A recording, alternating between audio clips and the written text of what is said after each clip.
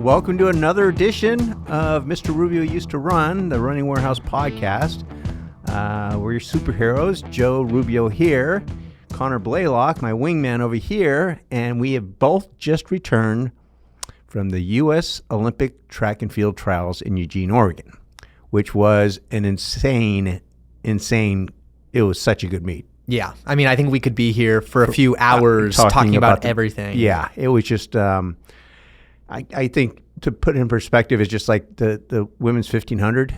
Yeah. How many PRs there were? Yeah. I think in the final there's 9 PRs. And Sinclair Johnson got 4th, ran 3 seconds faster than she did the last Olympic trials. And then I was golfing with Engels, our buddy Craig, and he said he got 9th in a time that would have got him 2nd at the last Olympic trials. That's how fast it was. You're in 3:34, which I think is a PR for him. I mean, every single race that happened, people were just running out of their minds. I mean, even when we look at like races like the steeple, we thought with some of the big names falling out of that it was not going to be a great race. It might have been one of the best races of the week. Yeah, and the women's steeple, you thought, okay, well, Ferrix and Coburn aren't in it, what's the big deal? But it was awesome. Yeah. It was fantastic. It was such a good meet. Yeah. And, some of the stuff that we did, we go to the Wild Duck. Yeah. And every person that won a race, at least on the distance side, ended up going there. Yeah. And it was pretty fun. And not only going there, but they were shooting off bottles. They were having fun. And as the week progressed, you saw more and more athletes finishing their races, coming out.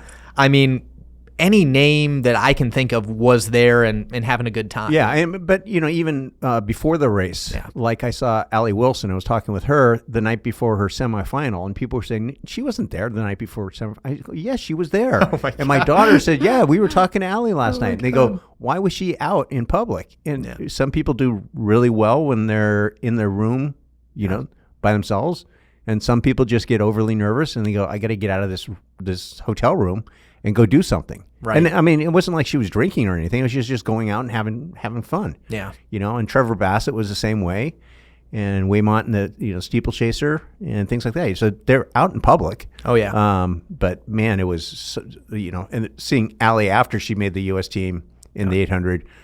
Yeah, she was having a good time. Oh, yeah. I mean, those nights went late. There was a few nights I think I didn't get back till 3 a.m. Yeah. And you get up the next morning and, yeah, I mean, it was just every time a pro would come in, it was just chaos. I remember when Cole Hawker came in Sunday night, there was a whole Nike squad with a big jug, a king-size jug of coleslaw that they welcomed him in with. And, Parker Valby, I think she had a bodyguard with her the whole time. Of course she does. That was needed. Yes. She was getting swarmed by a lot of unruly distance kids. Yeah, exactly. But, I mean, it was just a fantastic meet. And, I don't know. I got tired towards the end, haven't been like a week and a half. But, I mean, just the meet itself. What I couldn't understand is like on the last day, the last hour, there were 6 meet records, one of which was a world record in the last hour. Yeah. And the thing was we were sitting in section 107, which is near the start of the 1500, and it was hot. It was so hot that me and Dave Frank, I mean, felt like we were going to throw up. Yeah. But in the 5K, I mean, Grant ran sub 4 for his last mile in that heat. It was, it's hard to describe how fast people were running. Yeah. It was great. Yeah, I mean, Grant looked so strong. That was one of my favorite races, but it was hard to pick because every single race that happened, the next one would come back even stronger. Right, and they finished off with a world record. Right. For Sydney, so that that's not a bad way to end the meet. No. Yeah. And even with Sydney, it almost seemed like she was just running effortlessly. I feel like there's still more in the tank with her. There's more in the tank, and I'm just wondering where all the people in Let's Run with the Eugene hate are at this week. They're not in existence because that meet was so well done. Yeah. I can't think of a better place. I mean, there's obviously some places that would be good host cities, but you can't complain about it. I mean, it almost felt like this tight-knit community, and it was just fun seeing people. When we were walking around the Duck, every every 5 feet you'd see someone you knew. Right, and that's the the tough part about things like Des Moines or Austin. One of the things is weather. Yeah. Because at regionals, NCAs, it got delayed by 5 hours in Austin just because of the weather. And I've been to Des Moines in the summer for nationals, and it is hot and really humid. Yeah.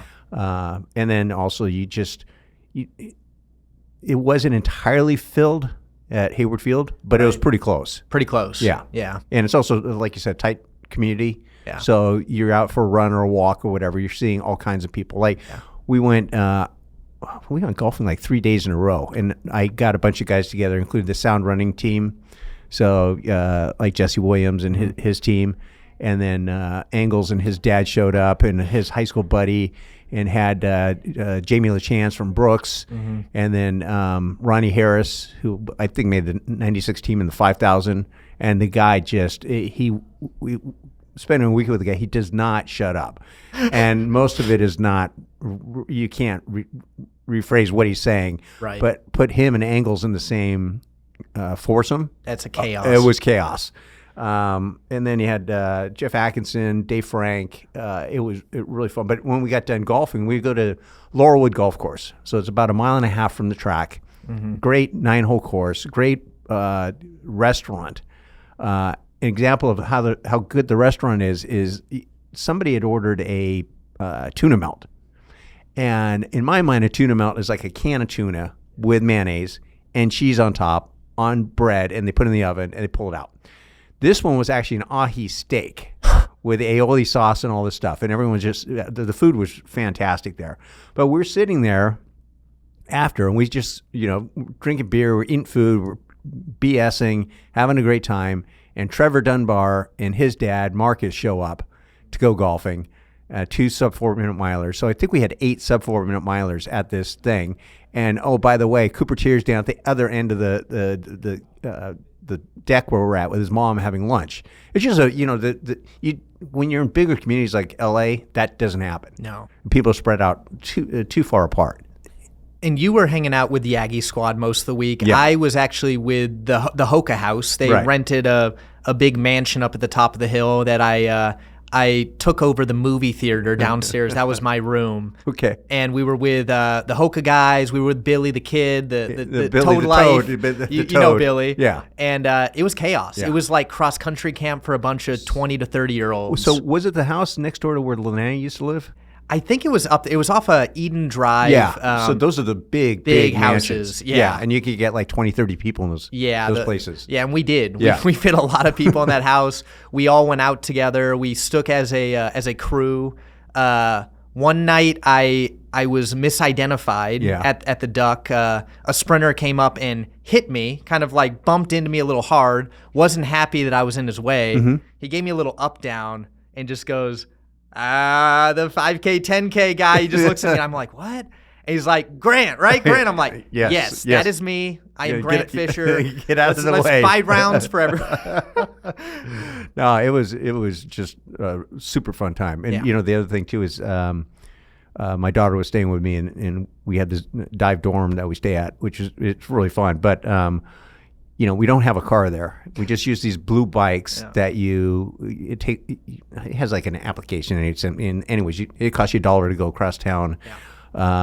Went one day to I forgot the name of the bar with Frankie and Atkinson and Jamie Harris, and those guys were doing karaoke and stuff like that. But it's the bar from The Simpsons. Moe's is based on this anyway, because Matt Groening, the guy who did Simpsons, I believe went to University of Oregon. So I'm going off the weird thing here, but at the Duck one morning, they were having different panel discussions, and I did a panel discussion with Peter Thompson.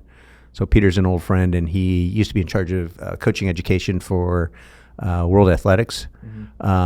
And someone who showed up and helped us with the presentation was Amal Saxena, who's the orthopedist, podiatrist to the stars. Like, he's a guy who fixed Galen Rupp's Achilles. Right, which was pretty messed up. Right, pretty messed up. So we were talking about super shoes. and some of the stuff that Peter's found independently and Amal's found independently and I found independently. And, to put the super shoe stuff into perspective, Amal said that he's seen the most navicular stress fractures in distance runners of any doctor in America. Now, I don't have anything to back that up, but that's what he said. I have no reason to doubt him. Right. So he says on average for the last decade, he has seen 1 to 3 navicular stress fractures a year. So far this year, for the first half of the year, he's seen 11. And is this with elites? Is this with just everyone? They're mostly elites. Mostly elites. Yeah, and the thing is that 6 of them have been running in the same model of shoe. Oh, and I tried to get that out of him, and he wouldn't tell me. Oh, no, that's not good. But it has a lot to do with the injury rates are just skyrocketing, stress-related injuries. Particularly what Peter's finding is if you have a Morton's toe, so your second toe is longer than your big toe, you're generating much more force with that metatarsal. And so that's where a large increase in stress fractures is occurring there. And I'm wondering too, is the plate really the big factor in terms of like that amount of force and the shape? Shape and whether it works with your foot or not. So, I mentioned this before, but Puma working with your cadence, right? Getting the right cadence with the right plate and the right shoe is going to should reduce injury rates. But one of the things that I brought up was the fact that when Strava was first started, a guy that was in the Aggies and I helped a little bit, Crosby Freeman. So he, it's a 2AT marathoner, stuff like that. But he was tasked with popularizing Strava for run. And he and I are both competitive running backgrounds, and we came to the brilliant conclusion that no one would use Strava for distance running because we have standardized distances: mile, 5K, 10K, half marathon, all that kind of stuff. So if I've run 29:40 and you run 32:40, I'm better than you. So what's the big deal, right? Until you run just 29 flat or something like that. Yeah. Well, what we didn't figure on was social media. Yeah. And people following other people on Strava. And the dynamic has changed in many cases, particularly with high school kids and college kids, where the workouts, what you do for a workout is more important than the races. And so to hit those times, you're wearing super shoes in everyday practice. And injury rates are going up. In fact, Peter's got his charts where he shows how many people break 4 minutes in the mile. Well, he's noticing a plateauing of times because people are getting used to the shoes because they're training in them so much. So the effect is lessened. And actually the times for I guess the bulk of the times are starting to taper off and actually falling. Wow. So the general consensus between Peter, myself, and Amal is these shoes are great, but only use them for really big meets on the big day. Right. Maybe a time trial if it's a really big time trial. Yeah. But generally, back when I was running in high school and college, one of the best coaches in the United States is Bill Dillinger. So he got bronze medal in 5,000, coached at University of Oregon, coached Alberto Salazar in college and things like that. So he had a concept called callousing. So he would encourage athletes to run on crappy surfaces, crappy tracks, grass, heavy shoes, because he did not want you to feel great in practice. What he wanted was you to feel great in races. So he encouraged you to wear your fancy spikes on the nicest surfaces once or twice a year. And the rest of the time, you just wore crappy shoes. And that seems to be the case now, just to keep yourself injury-free. Yeah. Go ahead. Yeah, no, definitely a balance. Like I think for me, especially early in the season, you don't need the carbon-plated super shoes. And we also now have options that aren't plated that utilize these super foams. So you can get a little bit of a best of both worlds. You can get a little bit lighter, faster shoe, but maybe not quite as aggressive. No, it's stiff and so forth. I mean, that's one of the things that we have, on the internet. Joe answers the internet, but Lee Clark on Running Shoe Geeks asks, are all carbon plated shoes always stiff? Well, yeah, they're always stiff because that's the idea, right? You want to generate the force into the ground. So if you want to get a shoe that isn't as stiff, you can get a super foam and a lower profile shoe, something like a Adidas Adios, Saucony Sinister, Hoka Cielo Road. Puma's coming out with one. So there's options out there. And there's also non-carbon plated, so shoes that are Pebax plates. Some of even the more carbon infused plates aren't quite as stiff as the carbon fiber. So you get varying ranges in whatever's embedded in the shoes. Right. It's but that's part of the whole thing is just not wearing super shoes for everything. No. It's good. I don't know how to describe it, but it's not going to be a good thing. I mean, I'm a big proponent of just switching things. You don't want to do the same thing every day, whether it's your same training every day. You don't want to do just 10 miles every day. You don't want to wear the same shoes every day. You need some balance. Let your body adapt to different stimulus. Yeah, exactly. So, I mean, we make our money off of selling super shoes. So this sound counterintuitive, but yeah, you want to stay healthy. Right. Right. And then again, wearing the super shoes on certain days, that makes sense, where you feel phenomenal. Right. Right. It's a special feeling, and you don't do that 2 or 3 times a week. Yeah. In the same regard, though, I will just give a little devil's advocate. When I used to wear racing flats, spikes in workouts, which you wouldn't do it all the time, you would feel so trashed after the workout. And now with super shoes, I feel ready to go for another workout the next day. So it's almost good, but then it's also bad because you're not letting your body maybe get the rest it needs. Right. And so you have the other thing of tension in your legs, which you don't get in super shoes. Yeah. So you're not getting the full training effect.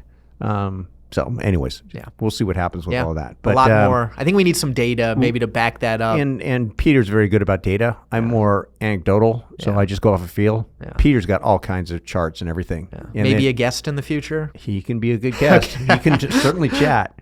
Back to the negative effects of Strava on high school kids. Yeah. We had 3 people in the audience for that panel discussion. Mm-hmm. One was Carol McClatchy from Summit High School in Bend, so one of the better coaches in the United States. Had Chuck Woolridge from Camp Lindo. Had Robin Berry from, I forgot what the high school's name is now. It used to be Sir Francis Drake. Yep. They got rid of that name because the guy, I don't know, he did something stupid. But they agreed that it's a big issue that these kids are, I think in Carol's case, Peter was talking to the kids, and he asked Carol what was the plan for the next day's workout. And she says, just an easy recovery run. Well, he asked the top kids on the team, and each one had a different workout they had planned to do on their own. One was doing a double threshold run. One was doing a crescendo run. One was doing a fartlek. On a day you're supposed to be doing a recovery run. So how's that going to work out? It's just like it doesn't work. And so a lot of the high school coaches I were talking to agreed that it's an issue. And I talked to this one coach. Well, he hasn't been a high school coach for about 5 or 10 years. And I've known him forever. And we're arguing back and forth in front of the duck about this concept. And he says, those coaches don't know what they're doing. They don't have control of their athletes. I said, the cat's out of the bag. You can't control these kids in the social media. There's no way. He says, these coaches don't know what they're doing. I wouldn't allow my kids to be on Strava. Dude, you're living a lie. No, right? It's not going to happen. You can limit it, and you can point out to the kids what the negatives are. Yeah. But telling a kid they're not going to get on social media, really, living a fairy tale. Fairy tale, exactly. Another part of the trials was the USATF Foundation. So it's a group that I'm part of, and we give out grants. Mm-hmm. And Steve Schwarzman, a very nice gentleman with a track background, and he anteed up for 4 more years of support. So he gives multi-million dollars every year as grants with no strings attached. But his one requirement is that we give the grants to people who have a shot at getting an Olympic medal. So this year, it's pretty easy who gets the grants, because if you don't make the team, your chances of getting a medal are pretty slim.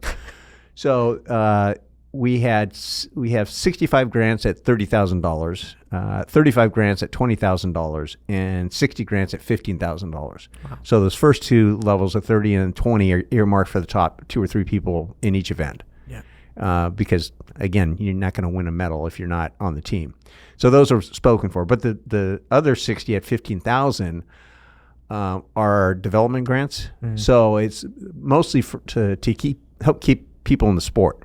So people like I don't know if he's going to get a grant, but Parker Stokes kid from Georgetown, won the NCAAs in the steeplechase, right? The perfect kind of kid. He's 8'17", I think, in the steeple. Perfect kind of kid you want to keep in the sport. But without a little bit of cash, it makes it really difficult, right? Oh, yeah. Do I go get a career, or do I keep this running thing going for another 4 years, trying to make the LA team and stuff like that? So that worked out pretty good. And the other part that's pretty cool is Emma Coburn did a presentation, and she was very thankful and so forth. That just listening to the impact that grants have on her.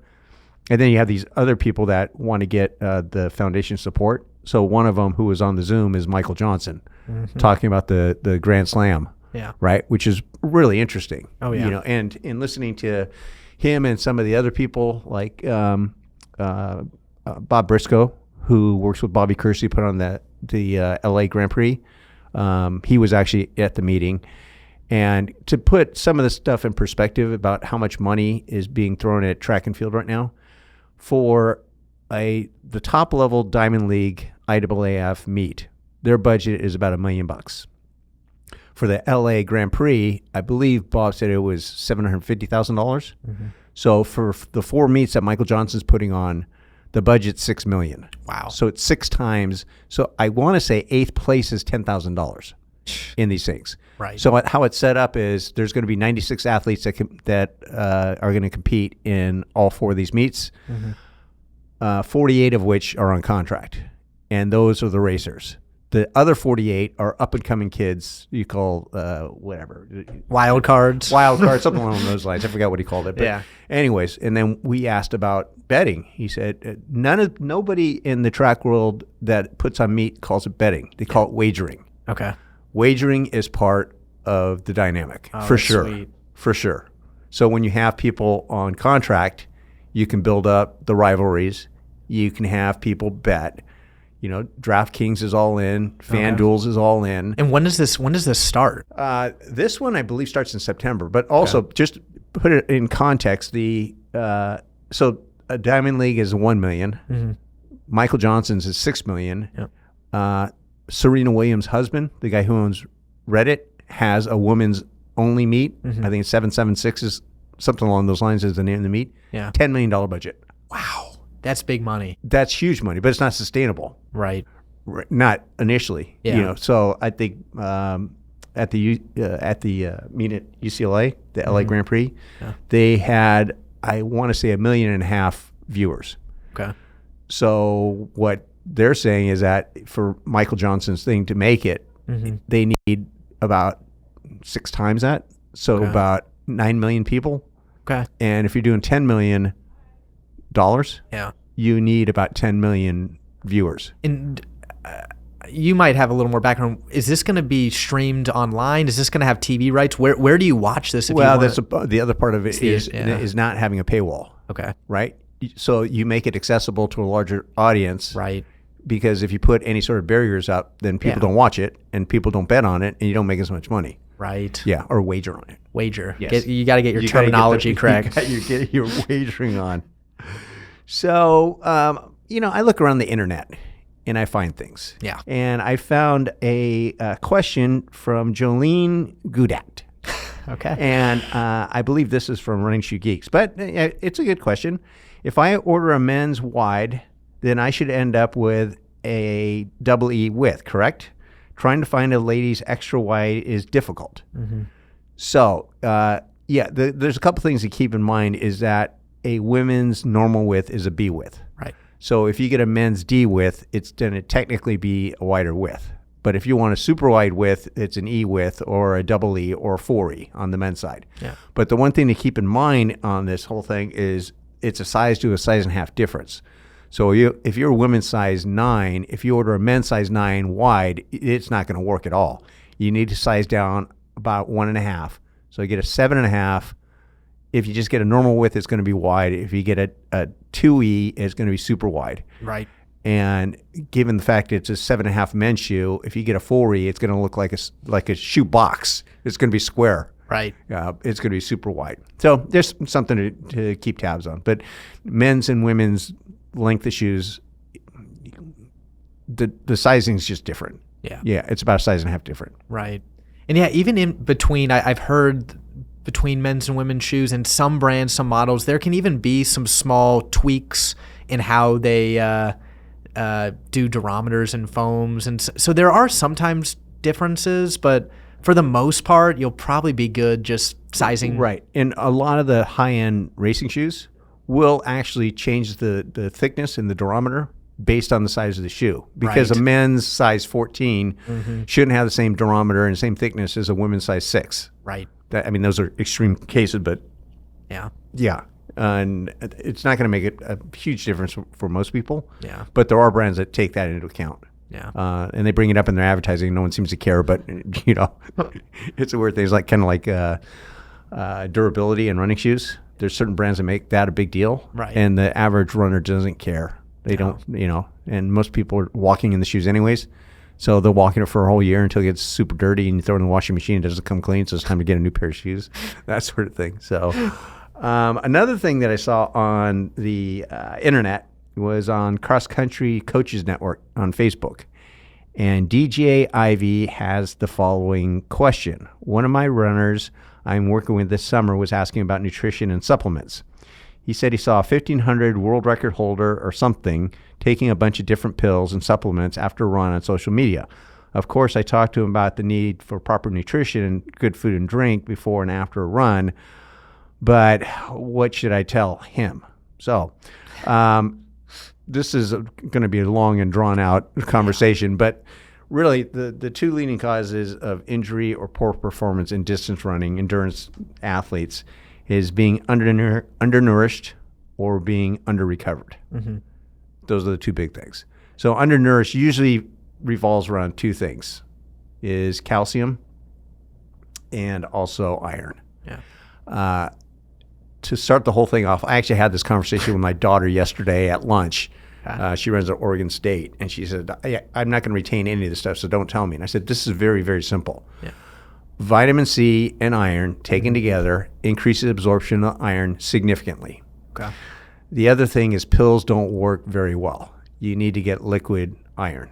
Okay. So generally speaking, is that because the pills don't get absorbed as well? Yeah, I don't know why they don't work, but they don't work nearly as well as liquid Fiasol is what it's called, liquid iron. So in the morning, if you take a glass of orange juice and iron, it's going to increase the absorption by, I believe, 75%. Okay. If you take your vitamin C your iron with calcium, they negate each other. So you actually don't absorb any of it. Oh, really? Yes. And so you do calcium and vitamin D at night. And the easiest source of calcium for most people is milk, and it also helps you sleep better. So having vitamin D and milk before you go to bed, and then vitamin C, like orange juice, and iron in the morning tends to be the way to go. Okay. Both those things together are hugely important. Some of the other things that are, well, we can get into this thing, but inadequate calcium intake affects bone density. Start seeing more stress fractures. Big time. And then in addition to the super shoes, you have a combination of that, and you got an injury waiting to happen. Yeah. Right? And I've mentioned this before, but I have never in my entire life, and I've been around competitive distance running since 1977, I've never heard of a male adult distance runner getting a femoral stress fracture. And then, stress fracture in your femur. Right. Which is a pretty big bone. Yeah, it'd be hard to do. Well, two athletes got them this past winter. Really? Graham Blanks from Harvard, the guy who's now on the team, who got fourth at the trials, and Simeon Birnbaum, the kid from Oregon. Right? So he was a top distance runner in high school athletics 2 years ago. Yep. So both those guys have femoral stress fractures. So it's either from bone density or super shoes, probably a combination of the two. I don't know what those guys' diet's like, but calcium is a very, very big deal. The other thing that inhibits absorption of calcium are dark sodas. So the guy who actually found this out was Roger Bannister, the first guy to break 4 minutes in the mile. That's what he was known for, is discovering that Coca-Cola, really increases the odds of getting a stress fracture. Same thing with coffee. Really? A lot of coffee increases your odds of getting a stress fracture. So any of dark sodas, I'm sure Dr. Pepper, those types of things are going to decrease the amount of absorption you get in calcium. Okay. So avoid those as much as possible. The other thing that is cortisol. It's part of it inhibits calcium absorption. That's mostly caused by stress. So if you're around negative people, if you're really stressed out at your job, if you're not sleeping enough, all those things add up to decreased absorption of calcium. Right. So just something to monitor. So if you have an athlete that's under a great deal of stress at school, at home, it's probably a good idea to back off on their mileage, back off on the intensity a bit, understanding that their chances of getting a stress-related injury is going to go up significantly. Right. So having some chill time, if you're out of college and on your own and trying to run fast, just taking some alone time, like maybe getting out of the office and going for a walk at lunch and chilling out, or reading, or relaxing on the couch on the weekend. A lot of it has to do with staying away from negative people. You got people in your life that you just go, dude, you're stressing me out. You just don't need that stuff. Another thing that people don't do is, as they're increasing their intensity and volume, they don't increase their calories. So they keep eating the same amount of food. Right. And as you increase your mileage and your intensity, you need to increase the amount of calories you're taking in to compensate for that. The other thing is part of the recovery aspect of it is when you get done with a hard workout, within 20 to 30 minutes, ideally, is to get 10 grams of protein and 30 grams of carb. And the old school way of doing this is going to Costco and buying those little tiny things of non-fat chocolate milk. If you look at it, I think it's 9 grams of protein and 27 grams of carbos. Perfect.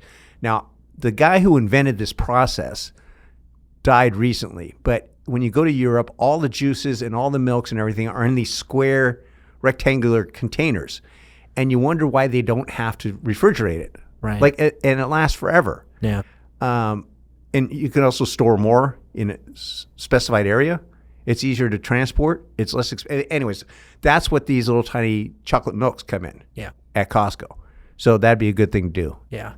I mean, a lot of times you don't have to get super fancy. Like the most simple things can do the job. I've been seeing a lot on social media with influencers pushing their EPO boost supplement, testo boost supplement. It's like, it's all junk. I mean, I'm sure some of them are just basic, vitamins and stuff that are mixed together. Some of them are legitimately probably not safe to have. Right. I always remember, and there might even be some science behind it, but the big supplement getting pushed probably like in the post-Balco era was the ZMA. Do you remember ZMA, the zinc magnesium? Yeah. Is there any benefit to the zinc magnesium type supplements? Not really. And then you start going into this slippery slope where you start looking at different supplements, and then you can be like the 72-year-old guy who just got busted for like being on 19 different kinds of banned substances. Yeah. I mean, really, you're 72.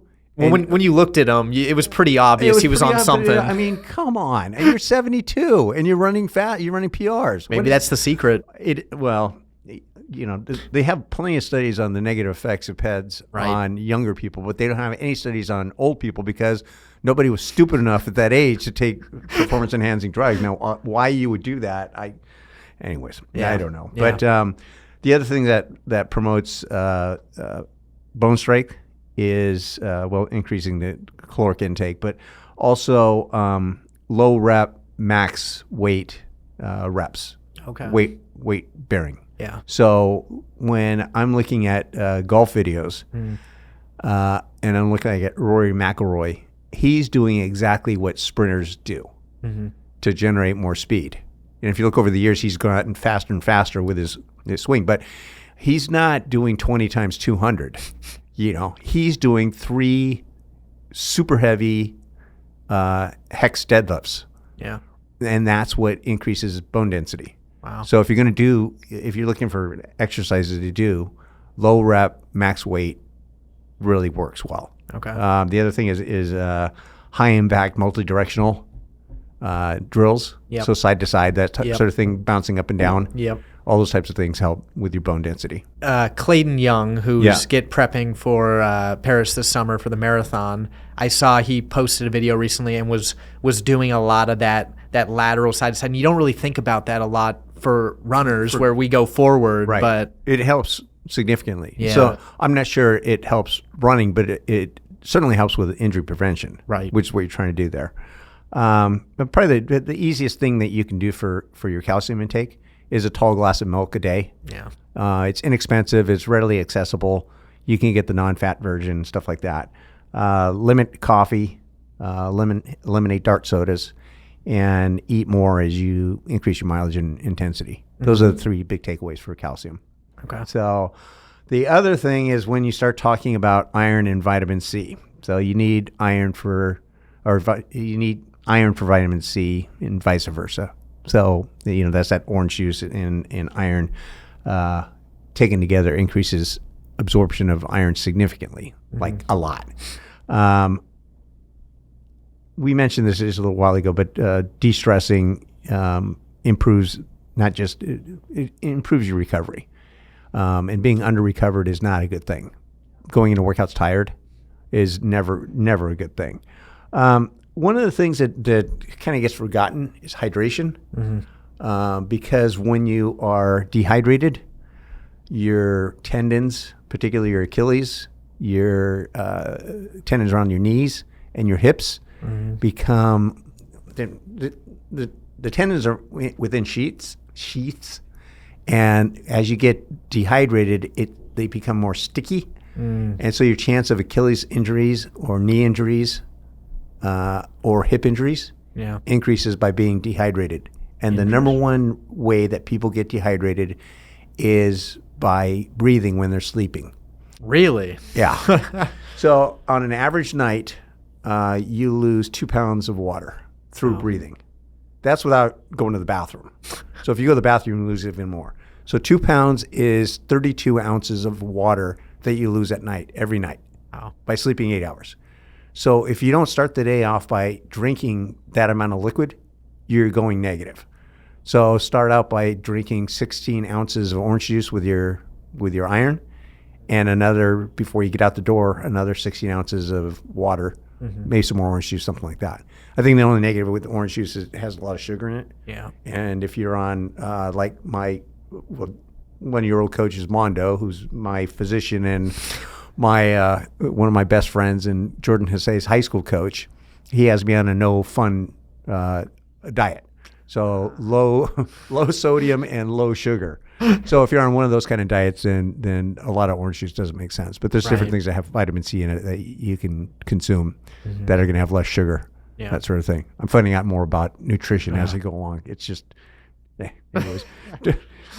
Did you know, for you out there that like your burritos and your tacos, that your general flour tortilla has about 10% of your sodium intake for the day recommended. Yeah. And a corn tortilla has 1%. Okay. So if you have a choice and you're worried about your long-term health, most people aren't. They don't give a rat's about it, but whatever. Eat a corn tortilla versus a flour tortilla. The other thing is when you, this will be the last thing I say about this, but bread in general is a sodium bomb. When you start looking at like a piece of sourdough bread that you buy in the store, has like 15% of your daily sodium intake. And you find these other, like Dave's, I don't know, the bread made by the prisoners. Yeah. It has a bunch of nuts and stuff in it. Yeah. I think Dave went back to prison for doing something wrong. But anyways, that has a lot less sodium in it. So, but yeah, back to hydration. Drink water. Yeah. I think people really forget about that a lot. It's such a simple thing to do, but just start off the day. Start off the day with a glass and it'll set you in the right direction. Yeah. The other thing to keep in mind is glucose increases lactic acid almost immediately. Okay. So if you take a goo before you work out, you're actually increasing your lactic acid in your bloodstream immediately. As soon Interesting. As you, glucose. Because most people will do that. I know, and it's counter. Yeah. So what's the strategy then? Well, you take it during the race or something like that, and you're looking looking at the glucose content.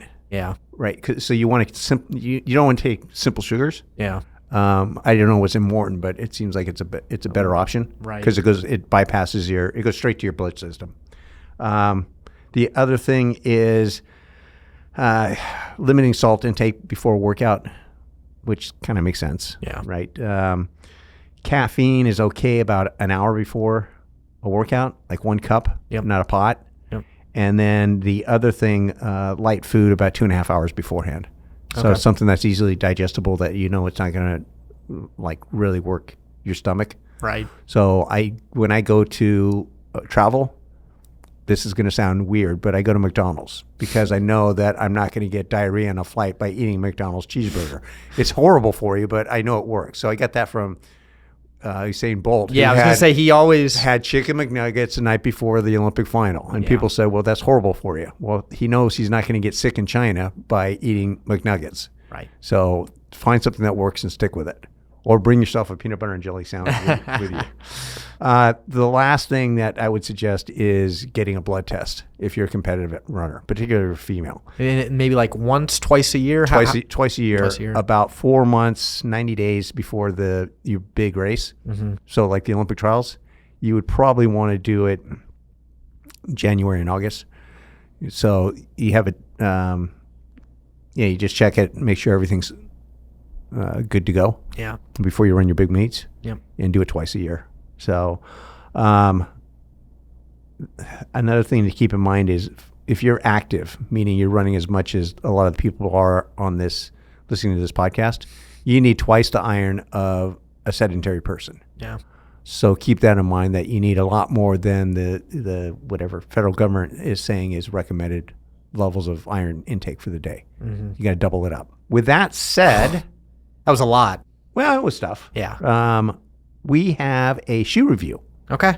And I will let you be the lead on this. All right. Well, for today's Blazing Fast shoe review, we've got the Nike Alphafly. And, this is going to be, it's been out for a little bit, this version 3. We've seen different iterations over the years, but this is your elite level super shoe. It's one of 2 options from Nike. And, this is the world record-setting shoe. This is, if you're looking for the latest, greatest, best shoe, you can't really go too wrong right here. No, it is a fantastic shoe. Super light. What is it, like 7 ounces? And a size 9. The latest technology, crazy geometries. Yep. It's just it's a wonderful shoe. Yeah, 40 mils in the heel, so you got that max stack. 8 mil drop for 32 in the forefoot. That funky fly plate. Of course, we got the fly plate underneath, the AirPods, which is what separates this shoe for really any other super shoe on the market, and especially against the Vaporfly. Yeah. It gives its own unique feel, and I feel like with super shoes, it's all about figuring out what shoe works best for your stride. We talked about certain shoes might factor into injuries with certain runners, but certain shoes are just going to help runners run more efficiently. So I'm all about trying shoes on, but let's get into this shoe. Okay. Let's go into what do you got first for me? Well, let's just go into performance. Yep. Softness, resilience, rebound, weight, stability. I think stability-wise, it's for what it is, it's pretty stable. Yeah, in the grand scheme of regular shoes, I'd say not the most stable, but in this space, real wide platform, I'd give it a 3.5, maybe a little bit more. It's solid. Yeah, and then as far as weight, on a scale of 1 to 5, I'd give it a 5. Yeah, 7 ounces with this much foam. Yeah, come on. Yeah, it's a nice shoe. Yeah. Softness, resiliency. This is a soft and bouncy shoe. Zoom X has changed a little bit over the years, but in essence, it's basically the same since the beginning. Yeah, it's a marshmallow that bounces back. Real soft, and it explodes out. So this is a market leader. I'd give it a 5 as well in that space. Fit, materials. Again, you're not looking for the most comfortable shoe in this. You just don't want to cause blisters. Yeah, and in the racing space, it's a pretty snug but adaptable fit. Right. 4.5. As far as color, I don't do color very well, as you can see how I dress. But what's your take on the color? This color in particular is bold. Yeah. But you need a bold option for a racing shoe. I've got the Proto colorway that I run in, a little more sleek, all white, clean look. I think Nike does a good job of giving really nice race colors. I love the style of this shoe. When you see someone wearing this shoe, they stand out, and they mean business. Exactly. And as far as experience? It's one of the best experiences on the market. So, I'd give 5s for both style and experience because, I mean, again, you're paying a lot of money for this shoe. Yeah. Maybe not the best value. So when we talk about from a value perspective, well, it's also what you value, right? Exactly. I mean, to get the technology that's in that shoe is going to cost a pretty penny. So if it gives you a PR, unlike the 72-year-old guy in Peds, it's probably worth the money. And that's kind of where I was getting at, where if you value the best, then this is a great value for you. But nowadays with super shoes, we're seeing a lot more options from every brand at different price points, a lot more clearance shoes if you're more of a penny pincher. But if you're okay with spending a little bit more for the best, I mean, the Alphafly's got to be a top 2 or top 3 shoe for me right now. In the super for sure. Space. It's a nice shoe. Yeah, it's really nice. When I was at the Duck for Prefontaine, I ended up, I guess I was yelling at Nelson Ferris. So for those who don't know who Nelson is, he's like number 2 or 3 at Nike. And I was just telling him, lack of innovation and all this stuff going on at Nike right now. This doesn't fall in that category. This is a really innovative, really cool shoe. But the overall vibe of that company is not where it needs to be, which is why the stock is off 30 or 40%. There was just an article from Wall Street Journal that literally talked about brands like Asics and Hoka taking over this run culture space, and Nike just missed the ball. Are they going to be able to get back on track? Knowing Nike, if they want to, they can. Yeah, but there's other stuff. But I mean, right now, Jordan's in the tank. Yep. The only thing they're having some success with is historical stuff. Okay. The legends, that sort of thing. Yep. But Nike needs to innovate. They do, and I'm not seeing anything coming down the pipe for Paris in a couple weeks. No, that's really going to move the needle. And they didn't have any presence at the marathon trials, which is why I was yelling at Nelson about this thing. I go, and he goes, "Why do you care so much?" I said, I make money off of you guys. You make money off of you guys. Yeah. Right. So anyway, I was bringing up Puma and the innovations that they have. Yeah. And whether they work or not, they're swinging for the fences. They're trying. Yeah. They're trying something. Yeah. Exactly. Yeah. But their new Nitro Deviate. Yep. It's pretty nice. Yeah, and I mean, even when we look at Nike, of course, like we said, the racing shoes are phenomenal. They've got the spikes are fantastic. Spikes are leaders. Yeah. Every track meet you go to, 90+% are going to be wearing Nike Dragonflies or Victories. Right. And the new updates are great. But like when we look at just the daily trainer space, I've just been testing the Peg 41. It's actually it's a decent shoe. I've been leaning away from lower profile shoes, so getting something like that, it's a little off trend in the market, being a little lower stack. It actually feels pretty good, especially as I'm getting a little fitter. But is it where it needs to be? They're not shooting for the stars. No, they're just putting something that works. Right. It's like big box sporting goods kind of thing. Yes. So if you go into there and you're not a runner and you think this is what a running shoe is supposed to be, it's going to be fine for that. Yeah. But for the experiences that you can get now for the same price, at $140 or $150, there's way better choices. And I don't even, do you know when the next Invincible's coming out? I don't. No one does. Yeah, no. We're still on the 3, and there's no sign of the 4 coming down the pipe. And that should be a shoe that is one of those that is innovating. That's doing. I mean, max cushion, super foam type trainer. Like it should be wild. It should be like every 9 months or so. Yeah, maybe every year for sure. Yeah. I mean, I had Scott Daggett, who he's a funny guy, but he calls me all the time to ask about running shoes. He goes, "When's the Invincible 4 come out?" I said, "I don't know." He said, "Well, get back to me when you find out." Well, that was 3 weeks ago. I don't know when it's coming out. We'll see. He's probably wondering where I'm at. I saw him at the trials. He said, well, "When's that shoe coming out?" I said, "I don't know, Scott. I have no idea." Yeah, but they're not coming out with stuff on a consistent cycle. We'll see on the Pegasus Plus. So Pegasus Plus will be the new Peg Turbo, which is another dumb name. I know they should stick with the name that it is, because it actually has written on the bottom outsole Pegasus Turbo. So there is that call out, but call it what it is. Why are we changing the name? Just call it the Turbo. Yeah, yeah. Because when you throw Pegasus in there, it's I don't know. In my mind, it connotates a slow jogger shoe, not when the new Pegasus, what is it, Plus, Premium? Pegasus Plus, and it'll have full-length Zoom X, a lot of it. more than the original. So it should be a really bouncy, fun shoe, like a New Balance Rebel competitor is what I'm seeing it. Yeah, gonna exactly. Be in And the the thing is that they're not using the recycled, the whatever, recycled Zoom X. Yeah, so which was a nightmare, because basically what they did was they Frankensteined the midsole together by gluing a bunch of stuff together, and taking all the pieces, smashing it together, and it didn't quite have that rebound properties that a blank sheet of Zoom X would have. Yeah, and that's what a lot of people are doing. Not a lot, but there's enough doing it that we're going back to sheets where they can genetically engineer the cell structure of the foam to make it more consistent and stamp it out. And there's actually companies in China that have, I want to say, recycling projects where the stuff actually works. Wow. So it's not like 85, 90% energy return. It's more like 70, 75%. But there's a sustainability story to it, and also it's way less expensive. Yeah. So you're not getting the return, but you're getting boost type return, which at the time was pretty good, 75%, versus this one. This has got to be in the 90% range, right? I'd imagine, yeah. It's pretty good. So I think that's what we have for the day. Yeah, I mean, we've had a busy last couple of weeks. We're having a very busy week coming up. Yes. So just so people know, how many podcasts are we doing this week? 4 total? Yeah, I think we'll have 3 Mr. Rubio podcasts. Yeah. You will be a special guest on another podcast. Yes, another podcast. We'll give a shout out a little later, too. So we have that. It'd be we got a lot of stuff coming down the pipe. Yeah. So we have a lot of our affiliates are coming to town. The influencers are taking over Running Warehouse. They're taking over Running Warehouse. But I'm just looking at the week, and every day is breakfast one place, lunch at another place, brunch at another place, dinner at another place, meeting here, podcast there. We have an event on Saturday, a trail run.